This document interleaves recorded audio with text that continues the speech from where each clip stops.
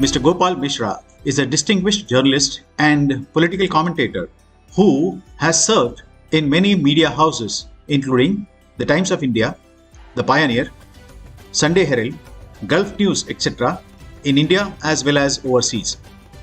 He is at home in both print and electronic media, and his journalistic contribution during the Myanmar crisis has been extremely notable. He has to his credit the launching of India's first new web portal, India.com. Let us hear it from Mr. Gopal Mishra, who was the guest lecturer in the Saint Sri Dnyaneshwar Sri Tukaram Endowment Lecture Series. If you would like to watch more such quality videos, please subscribe to Vishwa Shanti Darshan, a channel dedicated to world peace. Please don't forget to press the bell icon.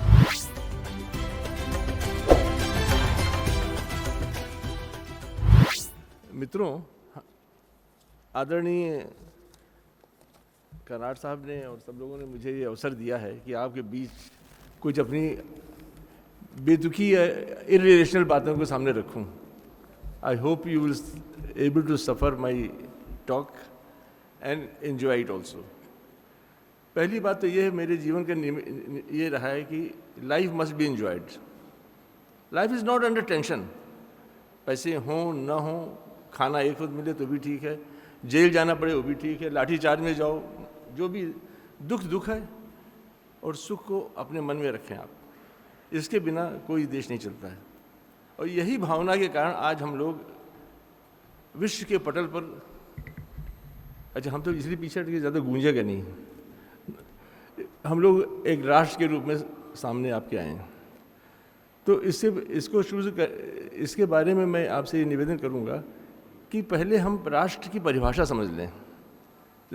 How a state is defined according to western concept. पश्चिम का जो concept है वो राज्य वो है, a state comprises people of same religion, same ethnicity and same language. For the Western philosophers, India does not qualify to be a nation. India does not qualify to be a nation. उनके हिसाब से भारत एक देश नहीं बन सकता है, एक राष्ट्र नहीं है, क्योंकि इसकी में भाषाएं अलग अलग हैं, जातियां अलग अलग हैं, धर्म अलग अलग हैं, तो राष्ट्र कैसा है भाई? उन्होंने जब अंग्रेज़ आए तो उन्होंने इस राष्ट्र, फिर भी एक राष्ट्र है, उन्होंने इनका इतिहास लिखना शुरू किया और ये दिखाया कि ये इट इज़ अ हॉच पॉच ऑफ सिविलाइजेशन।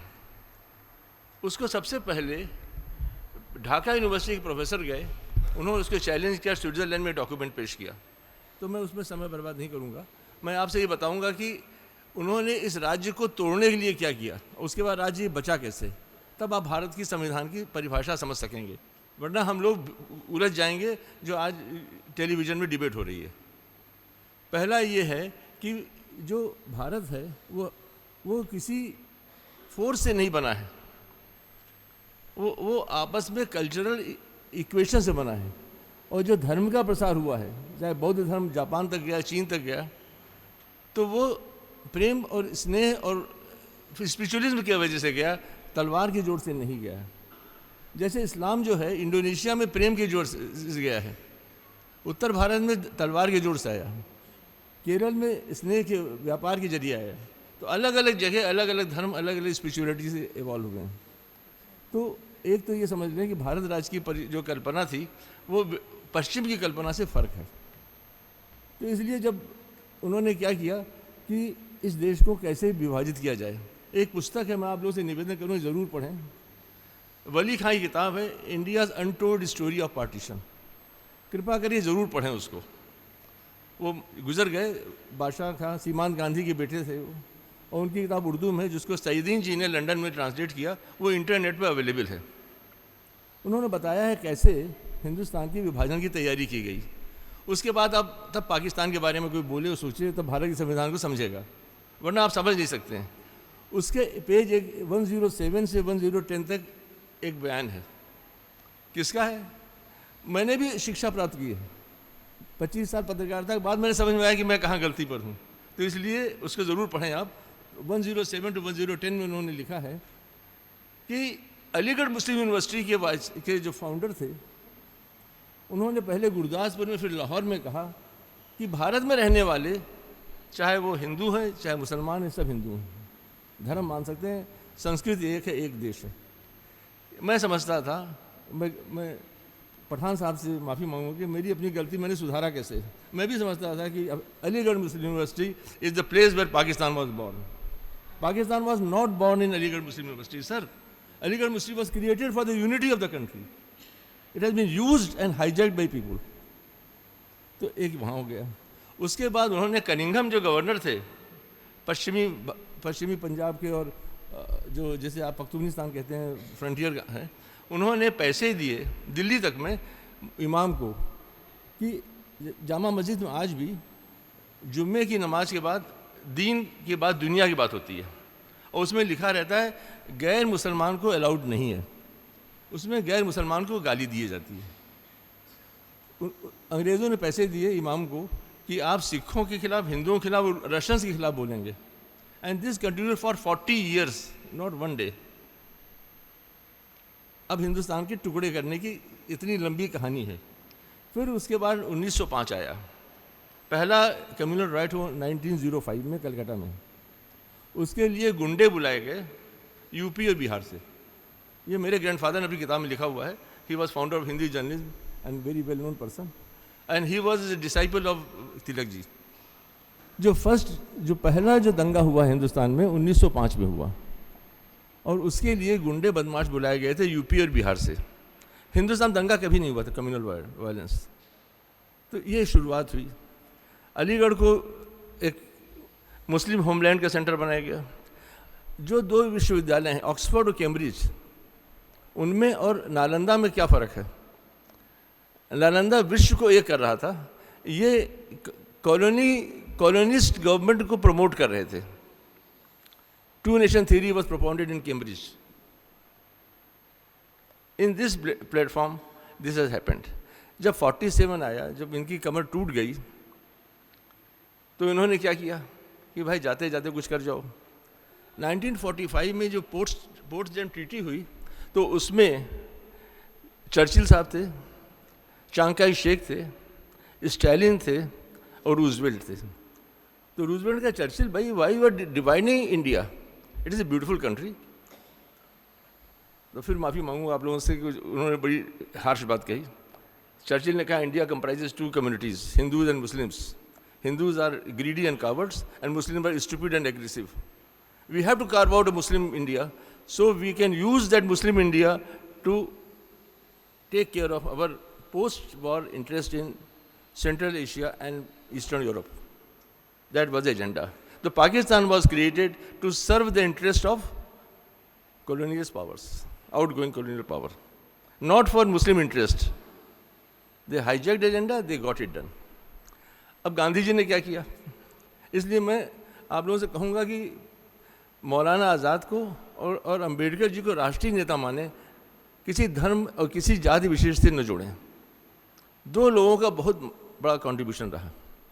अंबेडकर जी ने जो गांधी पैक्ट हुआ, जिसको आप रिजर्वेशन के नाम से जानते हैं, उससे जो ब्रिटिश प्लान था to take away schedule caste from national stream failed. अब बचे कौन? राजा महाराजा। राजा महाराजा को पटेल ने टैकल कर लिया, क्योंकि माउंटबेटन ने कहा कि if you don't accept Pakistan, we will keep all the states free and independent and sovereign bodies handle करना। तो पटेल ने कहा will we get entire basket और पार्ट ऑफ इट? तो Mountbatten said yes, you will get entire basket. That was the deal which many ministers don't know. तो पूरी basket में आपको प्रिंसली स्टेट मिल गई, शेड्यूल कास्ट का सपोर्ट मिल गया। अब बच्चे कौन? बच्चे मुस्लिम लीग बची। Only not less than 10% Muslims supported Pakistan, but it was manipulated. In Punjab, Sikandar Hayat Khan's government was toppled, and a pro-Muslim government was formed to divide Punjab. In Sindh, Sumro's government was dismissed, and by one vote, Sindh went to Pakistan. Basha government was dismissed by manipulations. Again, see, that part went to Pakistan. The Western Pakistan was manipulated to be separated from India.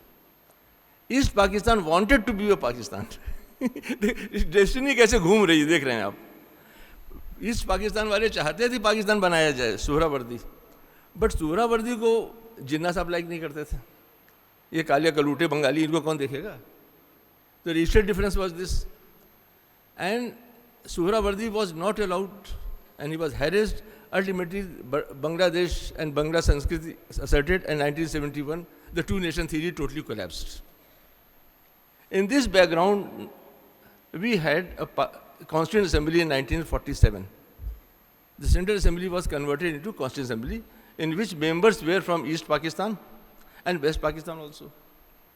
The seats खाली हो गए, वो दिन की उनकी यहाँ बन गई जाकर पार्लियामेंट्री. तो उन्होंने क्या किया, व्हाट दे डिड इट, 1954 तक कॉन्स्टिट्यूशन नहीं बना पाकिस्तान का, और उन्होंने उसको डिसमिस कर दिया.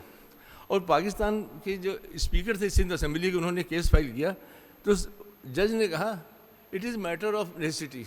ए new concept was introduced in Pakistani judiciary that necessity is there because it is dismissed. तो Pakistan could not have a constitution. Here हमारे अंबेडकर साहब ने, सब लोगों ने संविधान बना दिया और संविधान तैयार हो गया. अब संविधान में 100 संशोधन हो चुके हैं आज तक. लोग कहते हैं ये संविधान वो नहीं जो था और ऐसा है वैसा, लोग बहुत लोग कहते हैं. लेकिन संविधान में दो ही चीज़ मैं जानना चाहता हूँ, एक ही चीज़. ए सिटीजन, अगर हमको पुलिस गोली मार दे तो कोई जुडिशियल रिलीफ है. इफ अरेस्ट हेबियस कॉर्पस है. अखबार में आप छाप सकते हैं, आप आंदोलन कर सकते हैं, freedom of fundamental rights are there. Ups and downs हुए, इमरजेंसी भी आई.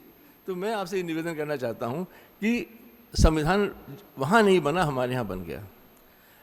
And India and Pakistan were born from where? They were born from the womb of a white mother. एक गोरी की मेम से पैदा हुए दोनों राज्य, हाउस ऑफ कॉमन्स में पैदा हुए हैं. आपको गोरी मेम से जो पैदा हुए डिफॉर्म बच्चे पैदा हुए हैं. डिफॉर्म है. Pakistan is deform country, India is deform country. Sir हम इंडिया नहीं है जो होना चाहिए हमको. बिना वेस्ट पाकिस्तान, मैं अखंड भारत की बात कहूँगा तो मुझे कह देंगे संघ के आदमी आरएसएस है. लेकिन बिना वेस्ट पाकिस्तान के, बिना बांग्लादेश के, they may have different governments, sovereignties, but India will not be India unless they are with us. तो अगर आपको इंडिया बनाना है, इनकी दोस्ती करनी है, इनसे भाईचारा करना है, और उन पर आक्रमण के मत सोचें, उनको ख़त्म नहीं करना है. They are our blood and kith and किन.